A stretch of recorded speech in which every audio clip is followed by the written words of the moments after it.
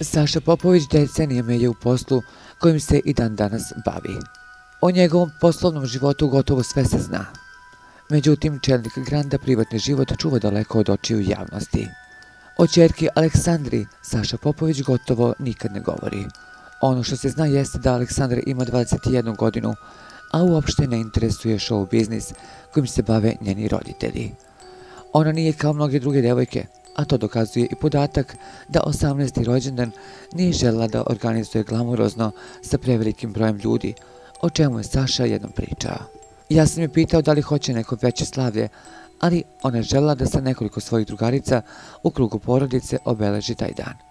Mi smo jako lepo proslavili njen 18. rođendan, fino, tiho, bez ikakve pompe. Ona ne puši, ne pije, ne drogira se, ne nosi pirsinge, ne izlazi uveče, rekao je tada Saša.